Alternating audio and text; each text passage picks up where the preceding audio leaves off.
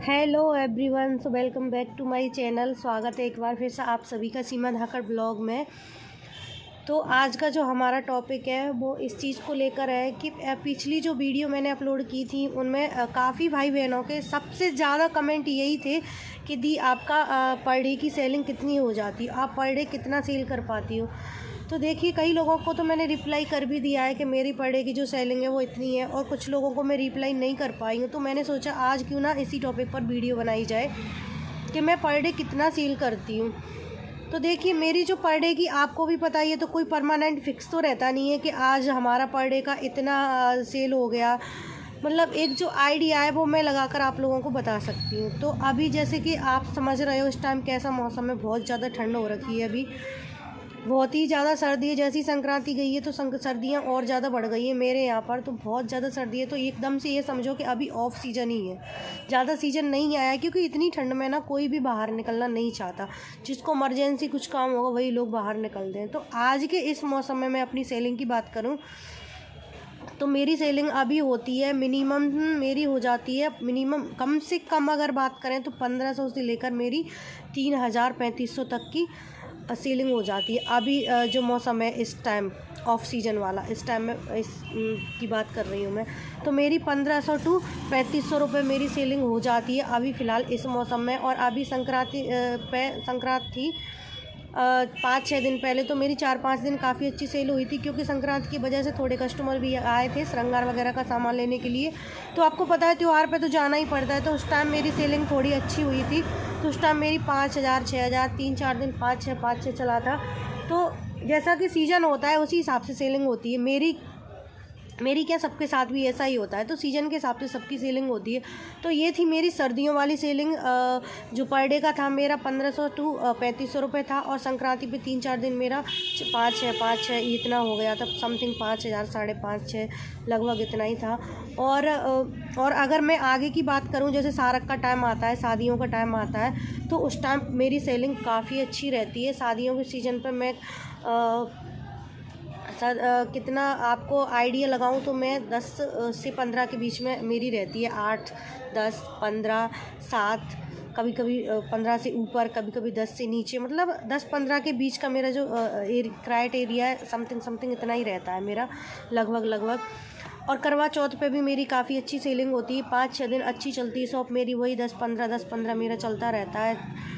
तो ये तो थी सीज़न की बात। और जैसा कि आप लोग जानते हो, मेरी शॉप को अभी 2 साल हुए हैं, 2 कंप्लीट नहीं हुए हैं, और इन 2 सालों में मैं यहाँ तक पहुँच गई। आप लोगों के सबसे ज़्यादा यही कमेंट थे, तो आज मैं इस चीज़ को क्लियर कर देती हूँ कि मैं 2 सालों में यहाँ तक आ गई हूँ। और जब मेरी स्टार्टिंग थी तो मैं आप लोगों को क्या बताऊँ, मैं भी 100-200 रुपये ही सेल कर पाती। आप लोग इस चीज़ को लेकर ज़्यादा डिमोटिवेट मत तो होइए कि आपने न्यू शॉप खोली है और आपकी जो सेलिंग है वो बहुत ज़्यादा कम है। एक तो मौसम ख़राब है, आप खुद देख लो इस चीज़ को, तो आप अच्छे से समझते हो कि इस टाइम मौसम कैसा चल रहा है। तभी सर्दियों को बहुत ज़्यादा भयंकर वाली सर्दियाँ बोल सकते हैं इसको, बहुत ख़तरनाक। जिसको इमरजेंसी सामान की ज़रूरत है वही लेने आता है, नहीं तो ऐसे कस्टमर नहीं आते हैं। तो बस अभी आपकी स्टार्टिंग है शॉप की, 1 महीना या 2 महीने हुए हैं, तो इस टाइम आप 100-200 रुपये सेल कर पा रहे हो, अच्छा कर रहे हो। मेरे हिसाब से बहुत अच्छा कर रहे हो आप, क्योंकि स्टार्टिंग में ना आपका यही होता है 2-3 महीने 100-200 300 रुपये इतना ही सेल कर पाओगे आप। फिर धीरे धीरे आपकी जान पहचान बढ़ेगी, आपकी शॉप का थोड़ा सा क्या बोलते हैं, वायरल होगी, फेमस होगी, लोग देखेंगे। अभी क्या है, इन सर्दियों के दिनों में कोई आपको पता ज़्यादा निकलता नहीं है, तो पता भी नहीं रहता ना कई लोगों को कि यहाँ पर भी शॉप खुल गई है। तो गर्मियों में जो सारक का टाइम रहता है, थोड़ी चहल पहल रहती है, आना जाना रहता है, तो उस टाइम आपकी शॉप का जो है बहुत ज़्यादा फेमस हो जाएगी, लोगों को पता चल जाएगा कि हाँ आपकी भी शॉप है। तो आप इस चीज़ को लेकर बिल्कुल भी परेशान मत होइए कि आपकी इतनी सेलिंग होती है, जितनी हो रही है अच्छी है और बहुत अच्छी है। मतलब आप आगे का सोचिए कि मतलब अभी हम इतना कर रहे हैं तो धीरे धीरे कितना कर पाएंगे। जब मैं अपनी बात करूँ तो मेरी जो थी, मेरी 2 महीने समथिंग 100-200 हाईएस्ट 500 3 महीने तक मेरा यही चलता रहा। और 3 महीने के बाद मेरी अगस्त में शॉप खुली, 3 महीने के बाद आई थी क्या बोलते हैं करवा चौथ। तो करवा चौथ पे मेरी सेलिंग थोड़ी अच्छी हुई थी। तो उस टाइम मेरा 200-300 400 500 से लेकर 400-500 के बाद सीधा मेरा 1000 1500 2000 मेरी करवा चौथ पे 3-4 हज़ार तक मेरी सेलिंग हुई थी 3 महीने के तीसरे महीने में, मतलब चौथे महीने में। 3 महीने मेरा 200 300 500 था, फिर चौथे महीने में मेरी जो है करवा चौथ की वजह से थोड़ी सेलिंग बढ़ी थी। तो आप भी इस चीज़ को लेकर परेशान मत होइए कि हम 100-200 ही सेल कर पाते हैं। आप सबसे ज़्यादा मैटर करता है आपकी शॉप की लोकेशन, कि आपकी शॉप किस एरिया में है। तो एरिया अच्छा डिसाइड कीजिए शॉप के लिए, क्योंकि ज़्यादा लोगों को पता चलेगा, ज़्यादा आपकी शॉप फेमस होगी तभी तो कस्टमर आएंगे।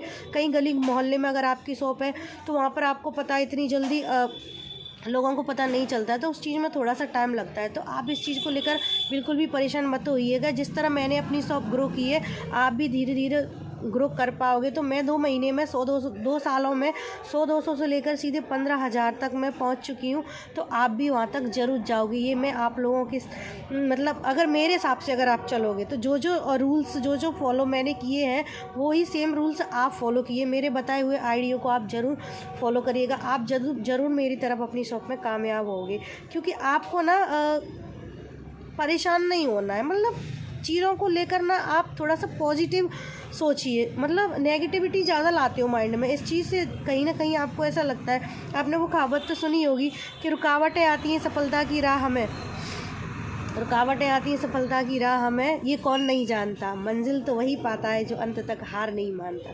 तो सेम मेरे साथ भी वही चीज़ें हुई है। 4-5 महीने मैंने अपनी शॉप का जो किराया है वो मैंने घर से भरा है।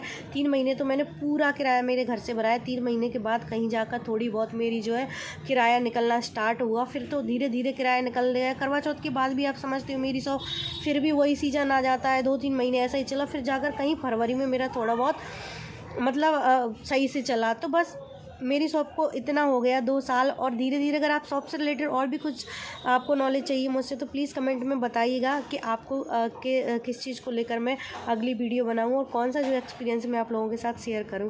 तो प्लीज़ दोस्तों वो वीडियो पूरा वॉच कीजिएगा। मेरा हर वीडियो आप देखा करो, कुछ ना कुछ नया आपको ज़रूर मिलेगा।